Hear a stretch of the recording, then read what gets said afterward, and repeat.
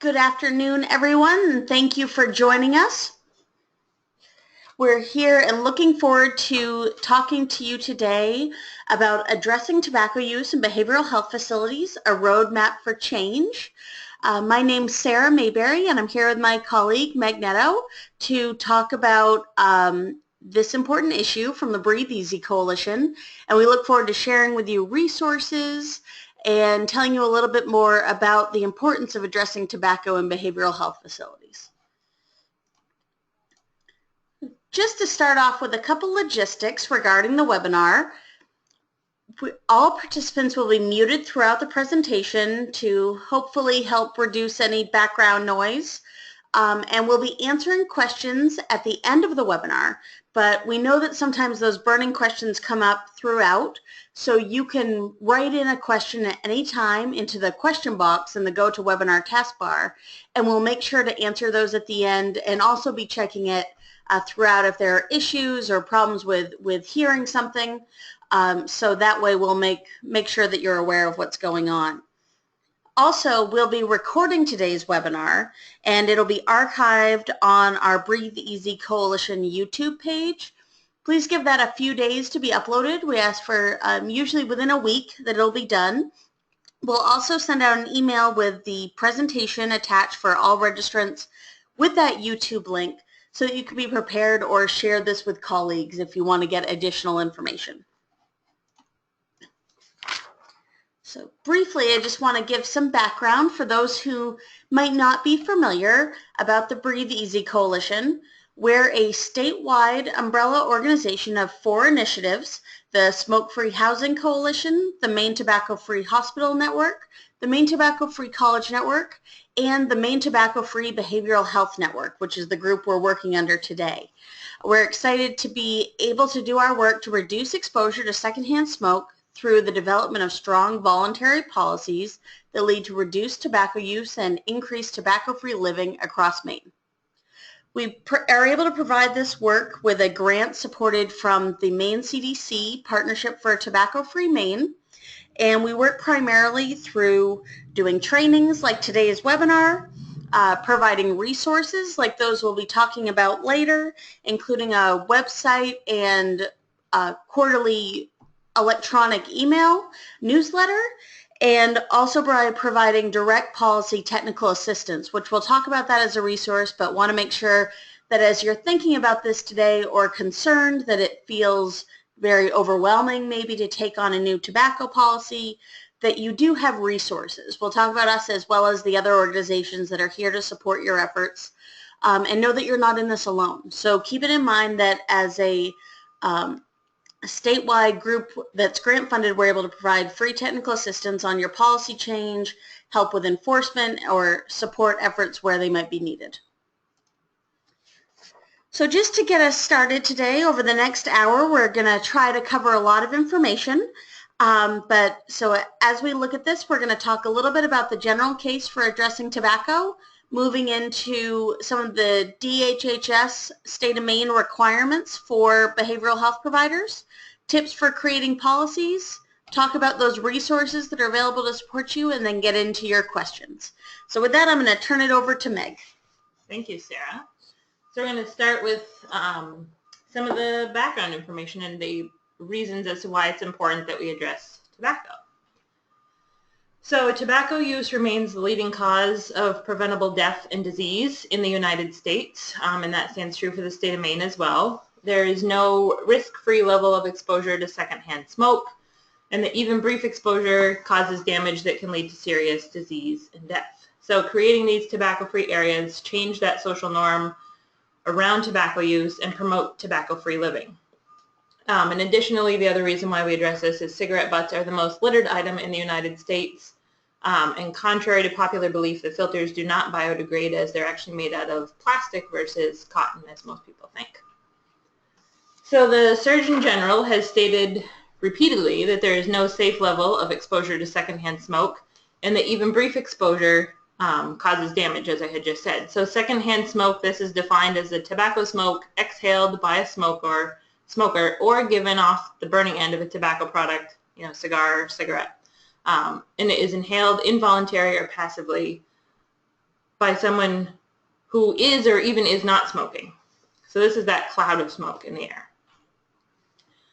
Secondhand smoke has been classified as a Group A carcinogen by the Environmental Protection Agency, and it contains thousands of chemicals, of which at least 69 are known to cause cancer in humans. An exposure to secondhand smoke increases a non-smoker's risk of developing heart disease by 20 to 30%, and for developing lung cancer, well, that was 25 to 30%, and lung cancer by 20 to 30%. So we have a great graphic over here on the right that explains some of the chemicals that are in secondhand smoke that are known to cause cancer, and other places where you would actually find these chemicals. And when we talk about tobacco-free policies, we're talking about more than traditional tobacco products. So we're not talking just cigarettes, which is what a lot of people think of, but we also are talking about electronic cigarettes or vaping devices, as well as smokeless tobacco.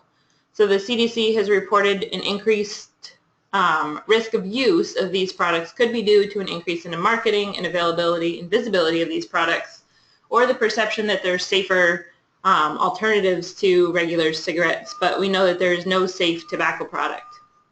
And the best ways to address these emerging products are around education and prevention, and then including them in strong, comprehensive tobacco-free policies. And here's the picture that just showed up is another picture of what an e-cigarette may look like. So these are battery operated that heat up a liquid that contains nicotine and then produces a aerosol vapor. A lot of people call it water vapor, but we know that it's not. But we are making some exciting progress around e-cigarettes. So in the state of Maine, as of October 15th, 2015, electronic smoking devices are now included as a smoking product under Maine's public place smoking laws, which means anywhere traditional cigarettes have been prohibited inside or in public places, e-cigarettes are now prohibited as well, and we'll talk a little bit more about that in a few minutes.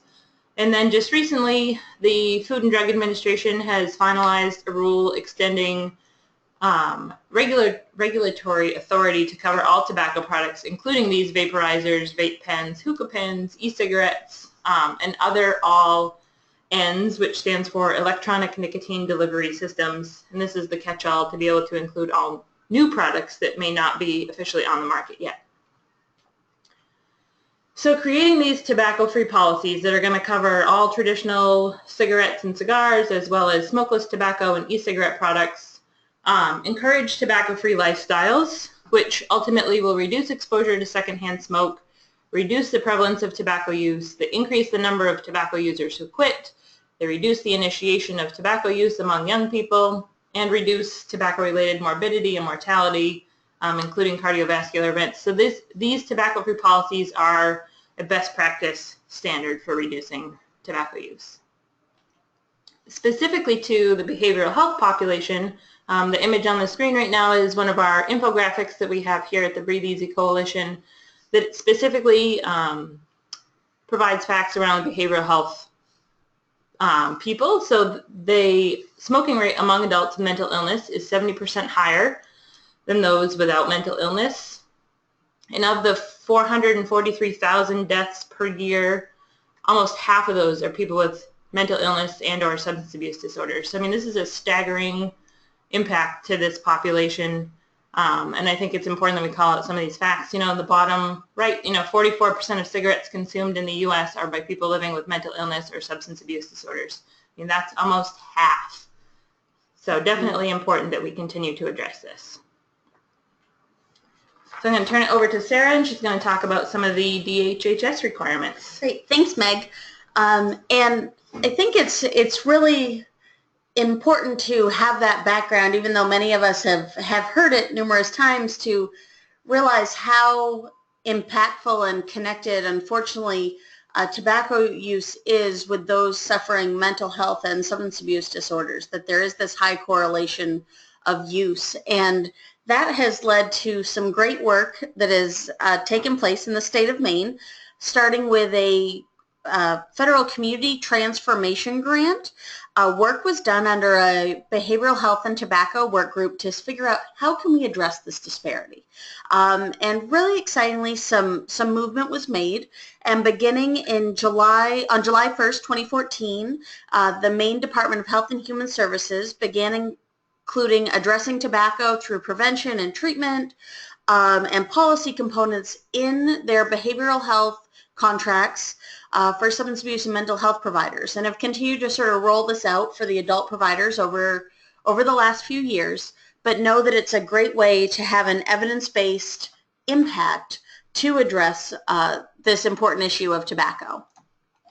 So I want to just take a minute to look at what these contract requirements are. I know that this is a very busy slide, but we want to make sure that we had pulled just the language directly from what's in those contracts to get that for you. But also know that, again, when we look at this, that understand that there might be questions. This might be overwhelming to think about how to best incorporate all these things. And when we get to our resources component, we'll be talking about how there are supports for implementation. And also a reminder that based upon what Meg was just sharing, these are based upon evidence that they will have an impact on reducing exposure to secondhand smoke, encouraging people to quit, make those quit attempts, and also encouraging the long-term abstinence from tobacco. So looking at this contract, it was put in place that all agencies providing mental health or substance abuse services via DHHS shall have a written tobacco policy addressing the following. So that's asking that you have a plan in place, actually have it in writing, so say if there's staff turnover or other issues, it's really institutionalized by putting things in writing and in policy for that. So starting out, the first component is inclusion of tobacco assessment and need for treatment in all plans of care. So this is making sure you really are assessing someone's tobacco use status, whether or not they're a user, whether or not they're interested in quitting, having those conversations and figuring out how that might best be incorporated into the other treatment they're receiving.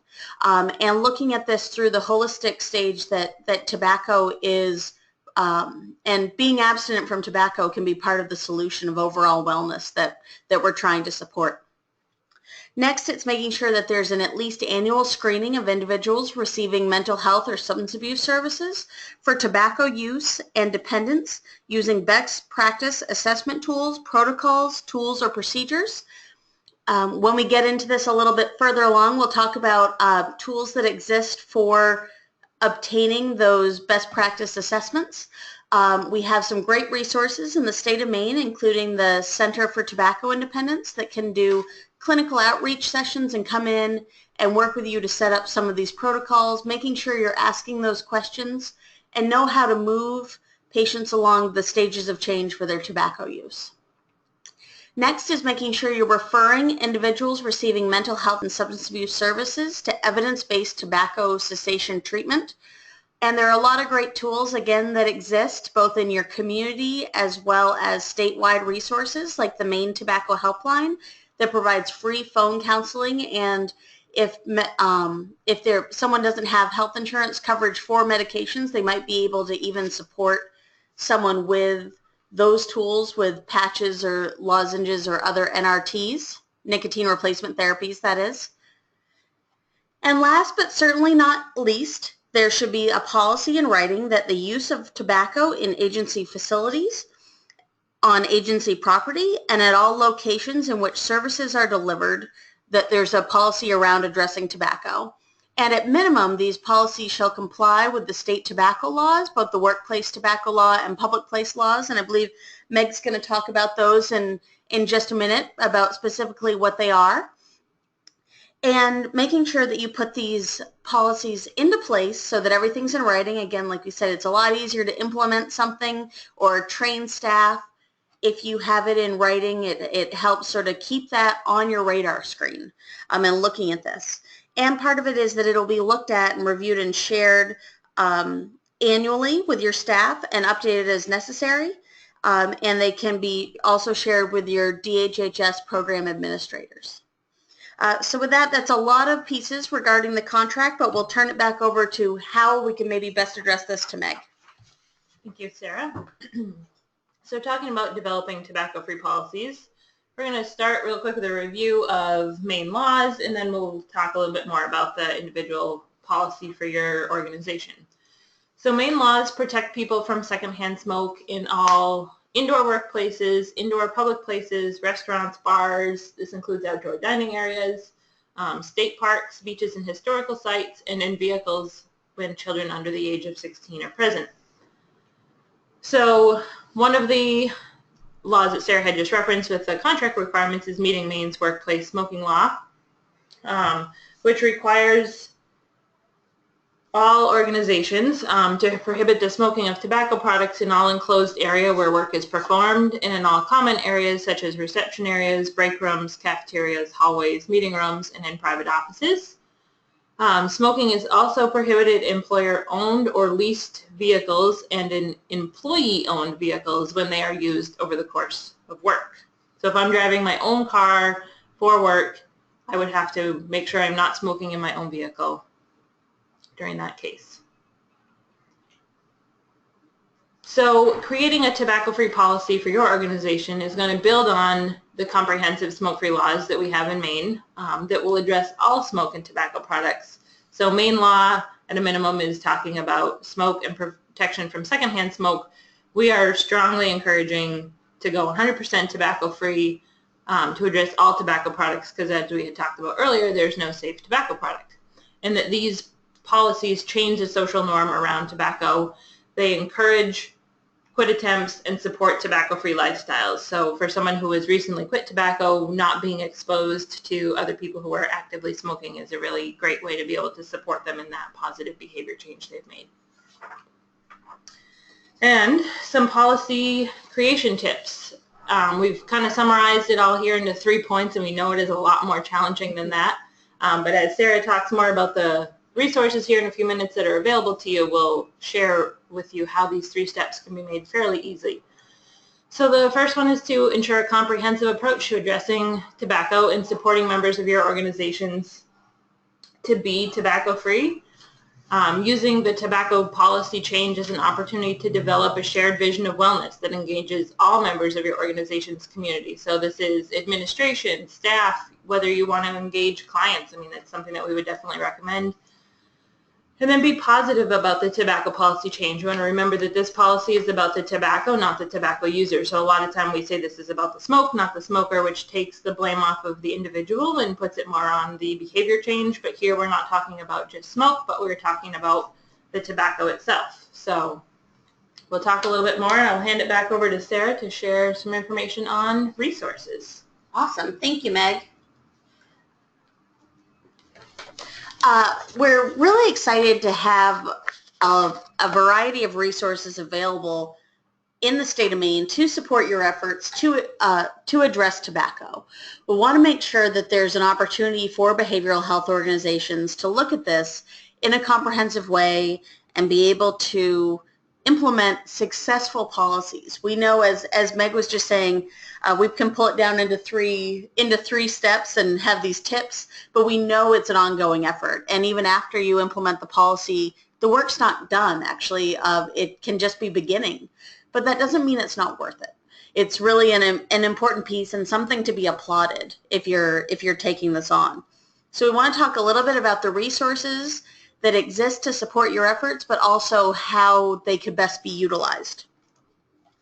So before we get into some of the more sort of written, both electronic and hard copy resources, I want to take a minute to step back and look at who the people are who can help you.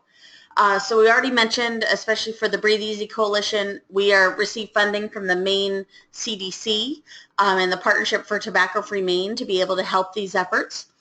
Also have some other existing resources that can help. We can help support you with implementing your policy, whether you want to make sure you're meeting that workplace law or you're going all the way to being a tobacco-free environment, 100% tobacco-free environment. We also have great community resources that can help you across the board with your local Healthy Maine Partnership. They're your community coalition that works on a variety of issues, including addressing tobacco and policy and prevention efforts, as well as supporting a variety of other initiatives, maybe in nutrition, physical activity, substance abuse. So hopefully, as an organization, you're connected to them. If not, they're a great resource. But they can also help you support your change in becoming tobacco-free as a behavioral health organization. And I also highlighted earlier the Maine Health Center for Tobacco Independence, and they're a great resource that's available to help you on the treatment side.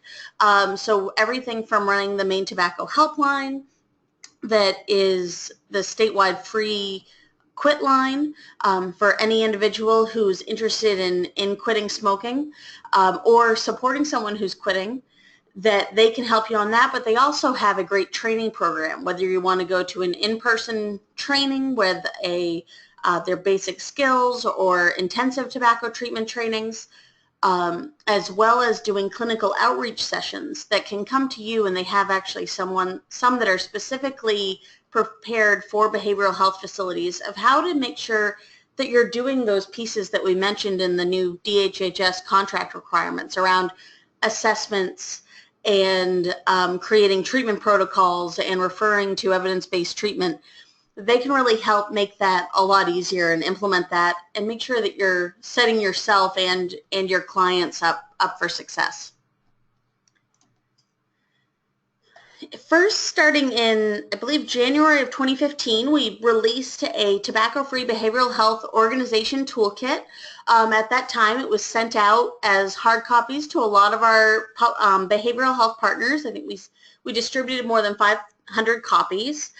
So hopefully you've seen this, but if not, it's still available both online as a resource on our website, breatheasymaine.org, and also by request we can definitely get you a hard copy of this toolkit. But it was set up as a sort of comprehensive resource on addressing policy, looking at everything from the timeline and initial implementation to how to best communicate the policy and what is that. We keep using the term policy, but what exactly does that look like? What does that mean? Giving you template language, hoping to make it a little bit easier to implement. So some examples of the resources that exist in this toolkit are opportunities to help you across that whole spectrum of implementing policies, including policy implementation timeline examples, policy language, enforcement tips and in ways to ensure compliance, examples of signage and the language that might be helpful, ways to raise your policy awareness tools, and opinion surveys and frequently asked questions documents that you could use. Because we know that implementing these policies are hard from an organizational standpoint, and while they can have such a great impact, they can also cause some, at least short-term, necessary behavior change to get people used to the policy, whether your staff or your clients are tobacco users. While this really is about the tobacco and not about the user and not singling them out, it's going to force them to have to change their habits and change their behaviors. So you really want to be able to control the narrative and make it a positive implementation and really talk to them from the get-go. So we tried to put in a number of issues that could be helpful in how to make sure you're talking to people ahead of time, letting them know what their quit resources are. We know at any time nearly more than 70% or 7 out of 10 tobacco users are contemplating quitting. They're at some level of that stages of change. And your policy might be what makes them make that change. So making sure you're including information about those resources can go a long way. So just to talk a little bit more about the resources that exist, here are some examples, some teasers of what's inside there. Looking at first, we've got the timeline of steps for implementing a policy, and we'll talk about that a little bit more in a minute, but also the actual language and templates for policy. One nice thing is these are in the actual hard copy of the document as PDFs, but we have a Word document version of this policy, so if you wanted to be able to take it, cut and paste some of that language and pieces that we were talking about before, including those sort of background talking points that Meg was looking at, it can be a way to pull that in without having to reinvent the wheel. And that's available on our website, or by working with us, we can get those for you. So I mentioned in there's the idea of a timeline for change for tobacco policy adoption. I just want to take a minute to sort of step back and be able to look at this and talk about these steps. These were based upon some efforts that we had in working with organizations, mostly between behavioral health facilities and some of our other environments with hospitals and colleges, on how to best adopt a tobacco-free policy, and really hitting on that. And again, like Meg was saying before, we can drill it down into one slide or 7 things, but we know it's a lot of work. But this was built upon maybe a 6 to 12 month timeline, and can be adjusted based upon your organization's readiness. Maybe you already have, one of the steps developed or know where you're at, so you could jump into any of these steps depending on where you are. But first off is it's important to set a date for when you want your policy change to happen, and then sort of have that opportunity to be able to work backwards, and have that timeline developed.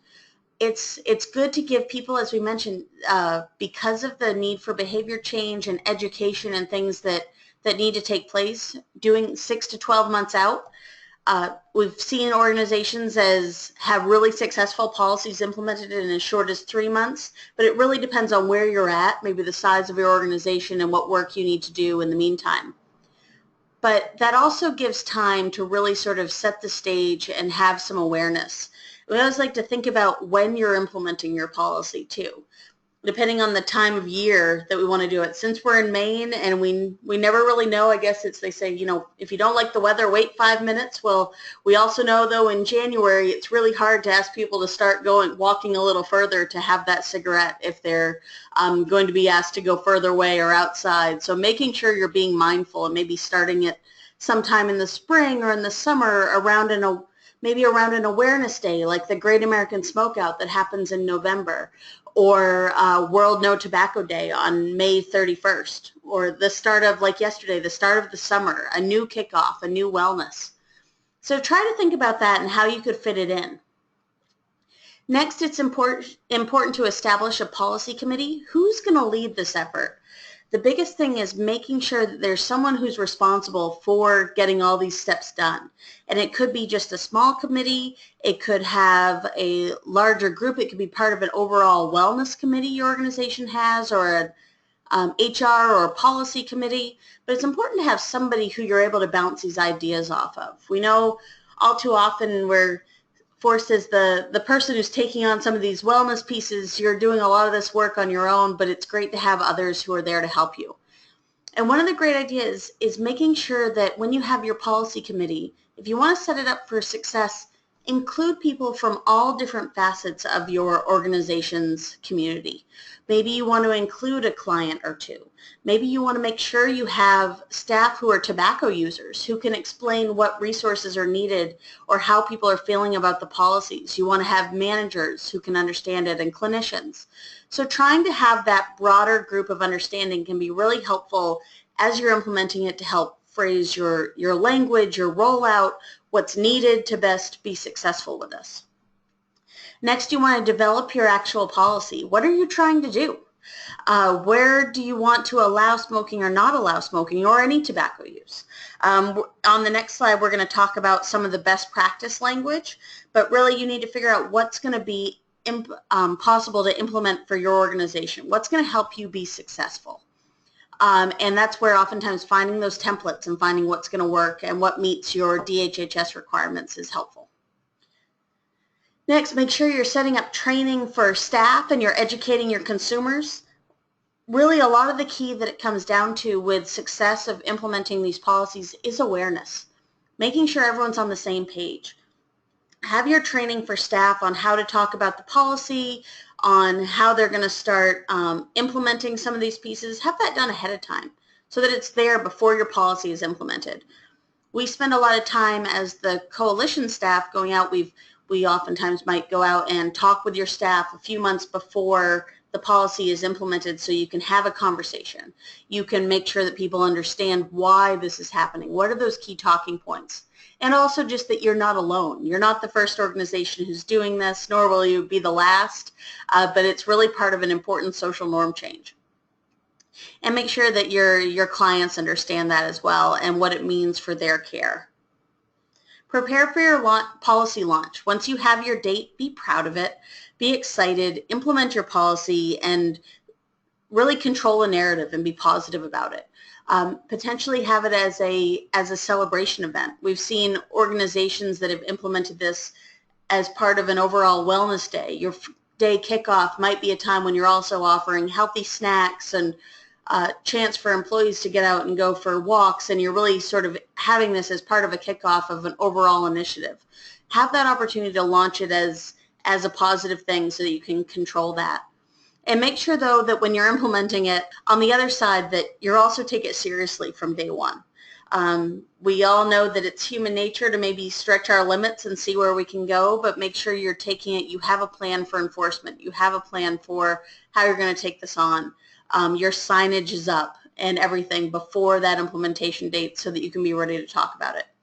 And set that up to maintain the long-term success of your policy, that you have a plan of how you're going to enforce this, how you're going to make sure that there are plans, whether it's a staff member or it's a client or it's a provider who's not following the policy or who's having maybe trouble following the policy because of that addiction to nicotine, that you have a plan of how to best support them, but also how to make sure that you're hitting that overall policy goal for the greater good of having it be a tobacco-free environment. So those are our broad steps for addressing the policy. And one nice thing I want to go back and mention is we broke it down there into seven sort of steps for policy change here in the slide deck. However, if you look at our toolkit and resources, they have it as a 6 to 12 month implementation plan and has a lot more detail under each of those sort of topics. It'll go into some of the details, like I mentioned, around establishing a policy committee, what that might look like, what that long-term success, what those needs are, and how to prepare for that. So there's a lot more details in there to support your efforts. But really the crux of it is we look at all these things when we talk about putting pieces in writing, and the purpose for policy is to create something that's sustainable and a change and something really pulling into that social and environmental aspect of being able to address an issue like tobacco use. And as Meg highlighted, it's an evidence-based approach to addressing tobacco.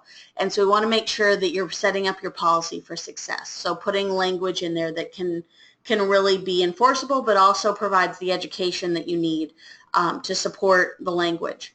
So we broke it down into somewhat of the 3 areas that are needed for a tobacco policy, starting with the background and purpose section. This is really about what you're doing. How does creating a tobacco-free environment support your organization's mission?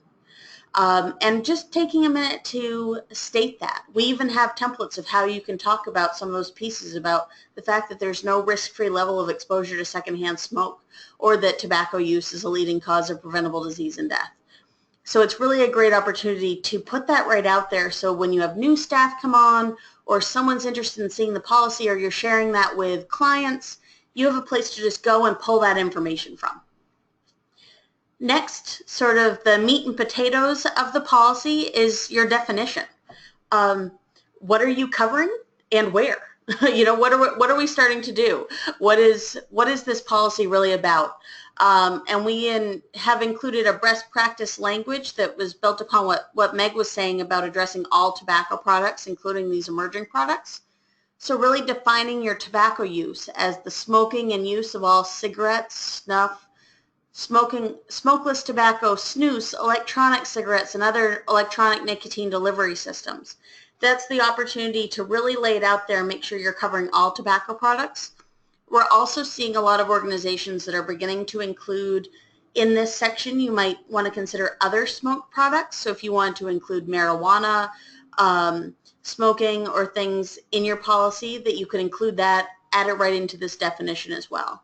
And if you have specific questions or issues around how to write a definition for your policy, that's where we can come in, or your local Healthy Maine partnership can help you to develop that. Next, now once we know what's covered in the policy, so what products are we highlighting, we need to explain where they're prohibited. So again, we put in the best practice answer, and this could be the language you throw right in your policy. Those policies don't have to be super long. They can be, depending on what your formats are, but you can fit it right in. Here, as an example, tobacco use is prohibited in all indoor and outdoor areas of a property at all times, including parking lots and vehicles being used in the course of work. So that's a really concrete, comprehensive way to state that there's no tobacco use connected with this facility at any time. So that's a way to put it into place. Then also important is to make sure that your policy is clear and that it's enforceable. So you want to outline your compliance expectations. So if you want to make sure that there's a shared awareness and shared education, write that in there, that you're expecting all employees to be good stewards of the organization, that they're all going to be able to educate people on the policy and help enforce it. Write it in. What are your enforcement parameters as well? If you're probably going to have different enforcement parameters related to staff or vendors or visitors or your patients and clients, and write that in specifically. If it's that staff are going to follow under some of their regular progressive discipline procedures, cite that. If you're going to make sure that your clients are going to be referred back to their provider to discuss the issue, write that in. So that way, if someone came in as a new employee trying to follow the policy, they'd know exactly where it stands. It also helps you when you come back around and someone might say, oh, I didn't know that was what was going to happen if I did this. You have it in there and you have that strength. So next up to some of the more fun pieces after we've talked about the policy, and I know that can be a little, it's a little intensive and can be sort of the stressful part, but it is so important, but also it's nice to have the opportunity to really do the proactive education that the awareness part of this provides. We know that awareness is needed for compliance. It's really hard to assume that anyone would follow a policy if they didn't know it existed. So we need to take some steps to make sure that there's high levels of awareness for your policy. And it's an opportunity whether to educate people about that high correlation of tobacco use and behavioral health clientele, or there's an opportunity to remember address this is also a worksite wellness policy and that you're supporting your employees. So if you have a good health insurance benefit for quitting tobacco or nicotine replacement therapy, educate them about it. So here's some examples of some template letters to educate your clients and staff. We've got in the toolkit, but a way just to really raise that awareness and also make sure you're connecting people back to the providers that they might need if they are ready to quit. Also, your signage is a reminder and an intervention tool.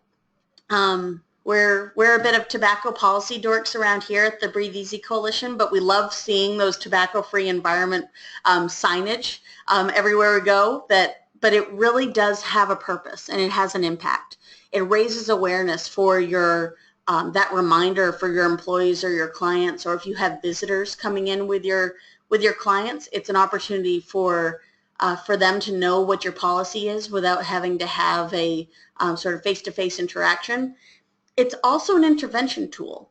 Oftentimes it can be tough as the employer or the policy compliance officer or a staff person to go up and talk to someone who's not following the policy. If they're continuing to smoke right under the signage or something, but by having the signage, you have something to maybe point to and talk to, a way to deflect that, and as an intervention tool to say, hey, did you realize that this is a tobacco-free environment, and share that signage as a way to maybe de-escalate some of those situations. So next up, we want to make sure that after those great policies are being adopted, that there's an opportunity to enforce the policy and maintain that long-term change and successful tobacco-free environment.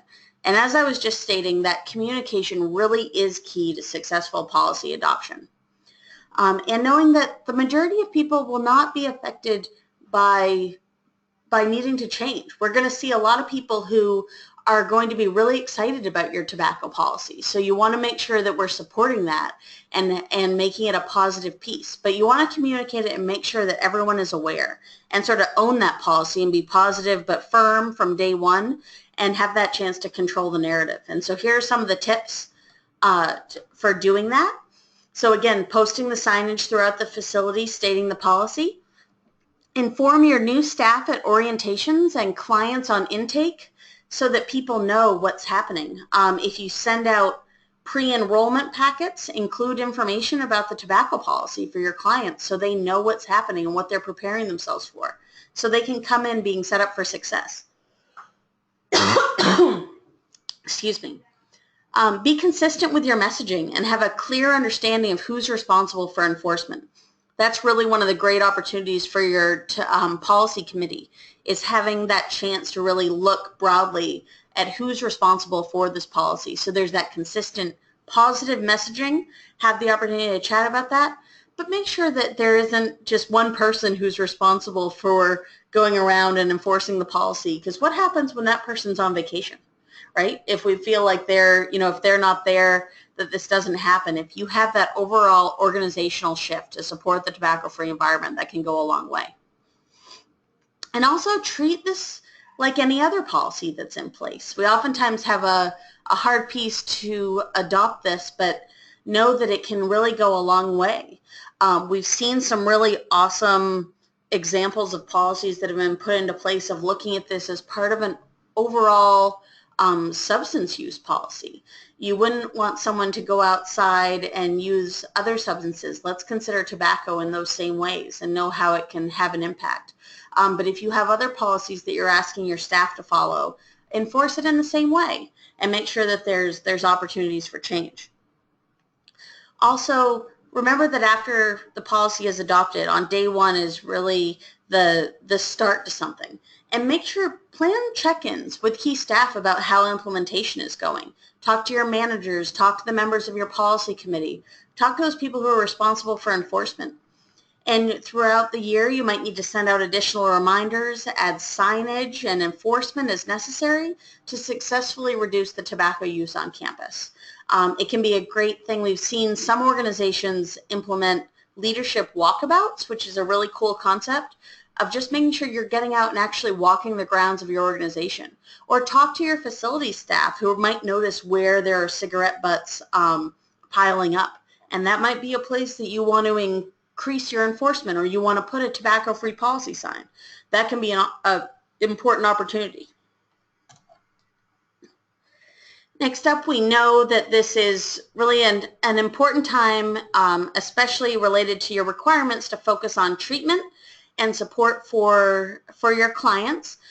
These are some components from the Maine Health Center for Tobacco Independence that they developed on behalf of the Maine CDC Partnership for Tobacco-Free Maine, and allowed us to put in the toolkit are some both short assessment and long form assessment for nicotine dependence that you can use. And again, we mentioned that the Center for Tobacco Independence is a great resource because they can also provide these as electronic versions, or work with you on if you have an electronic health record that you want to include your tobacco assessment into. They can work with you on those components. But in the toolkit, you can get more information about them as well. But these are some great things, and to know again that you don't have to reinvent the wheel in addressing tobacco, including with your individual client nicotine dependence pieces. Just continuing on our resources, we mentioned again that we have the breatheeasymaine.org website, where this is the spot under our behavioral health section. So if you go to breatheeasymaine.org/behavioral health, it's an opportunity to get a lot of the information that we've shared today, as well as to download the toolkit, to sign up for our email newsletter list, get notifications on future webinars and trainings, and to download those resources. So we just want to make sure that you're aware of that. You can also find additional resources, fact sheets, infographics, information on secondhand and third-hand smoke, and some of the other environments that we work in as the coalition. So I just want to take 1 second after we've thrown a lot of information at you to back up and remember why this is important and why we're so glad you joined the webinar today. Is that it's important to remember that tobacco use continues to be the leading cause of preventable disease and death in the United States. And there really is no risk-free level of exposure to secondhand smoke. And even that brief exposure can cause damage that can lead to serious disease and death. But you can have an impact and you can play a role, because creating those smoke-free and tobacco-free areas changes the social norm of tobacco use and promotes tobacco-free living. And also to remember the importance of this in protecting the non-smokers.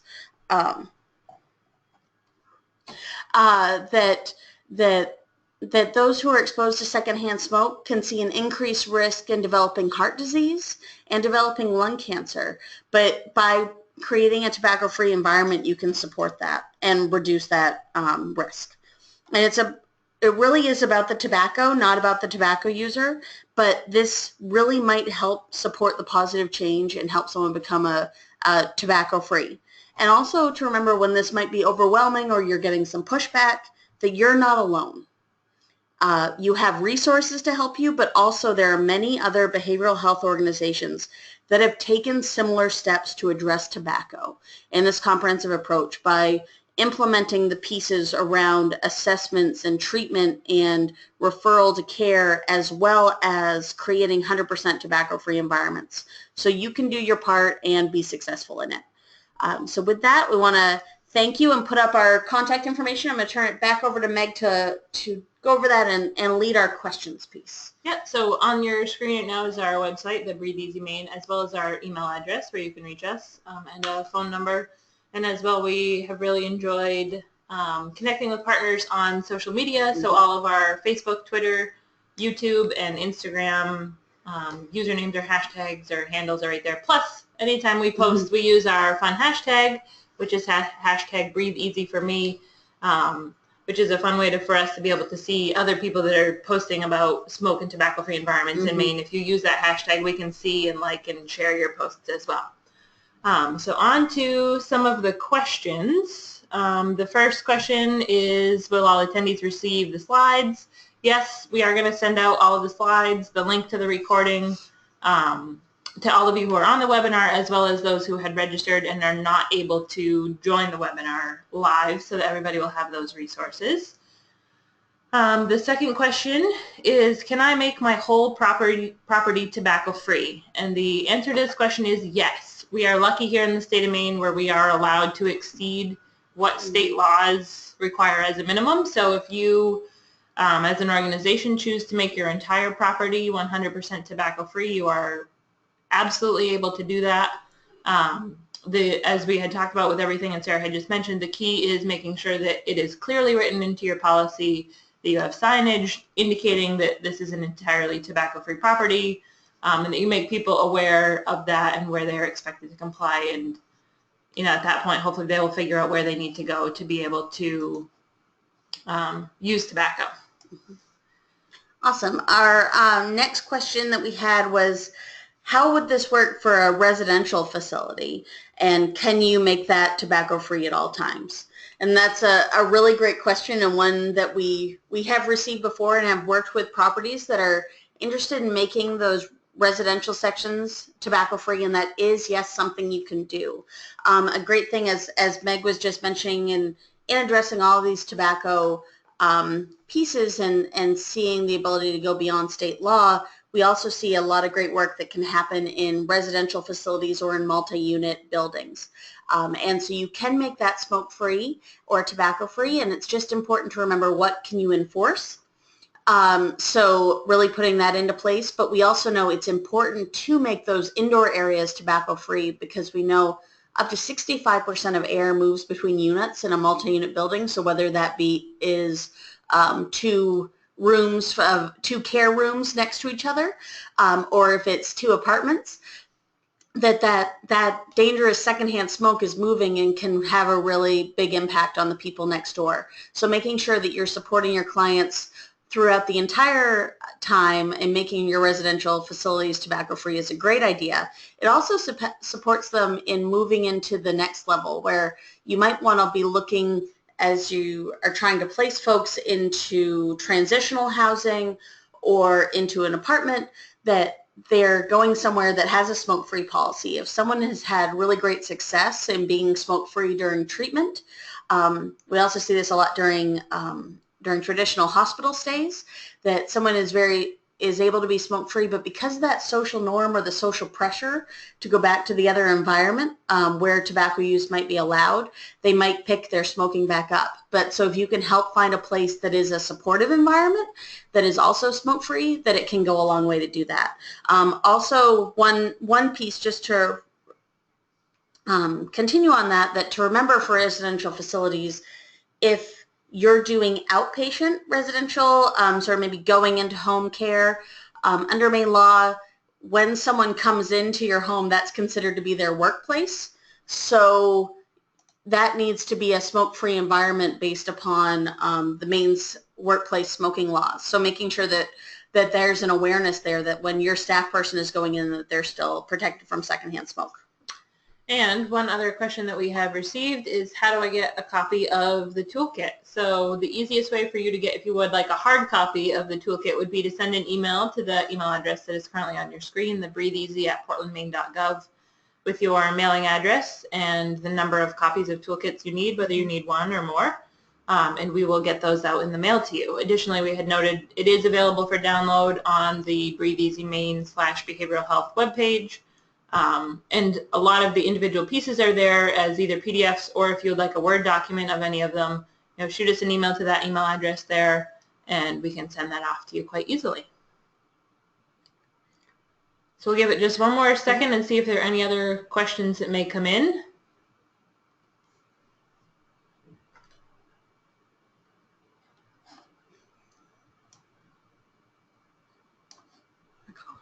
All right. Well, thank you so much for joining us all today. We hope you learned a few things. And again, we will be sending out the slides and the webinar recording soon. Have a great afternoon.